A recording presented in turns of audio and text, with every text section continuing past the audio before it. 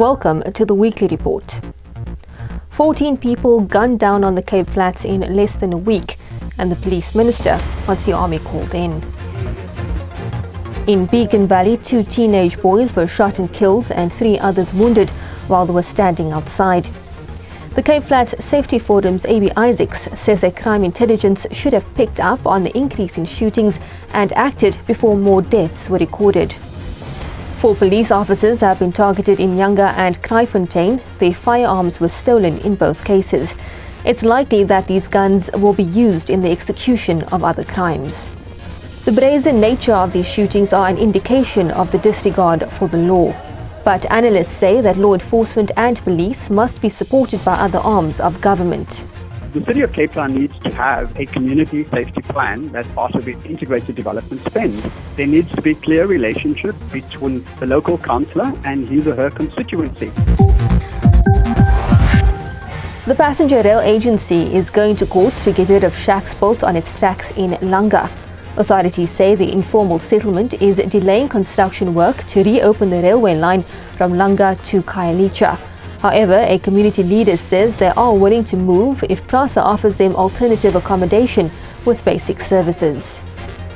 The COVID-19 vaccine will be mandatory for future Hajj pilgrims. Saudi Arabia's Health Minister Tawfiq Al-Rabia made the announcement. It's still unclear what this means for South Africans wanting to perform the holy pilgrimage to Makkah, as the country is only in the early stages of the vaccine rollout.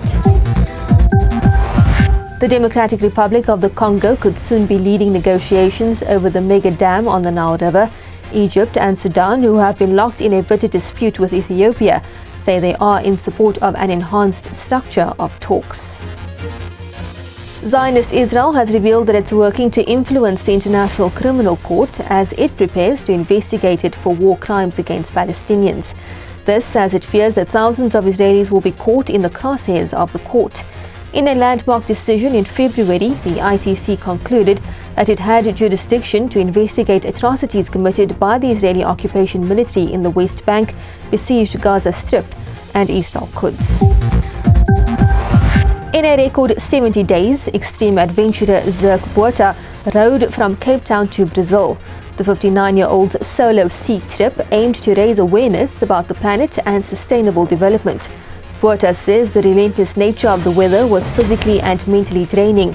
Back on solid ground, he only wanted a burger, chips and a cool drink. And that's it for the weekly report. Until next time.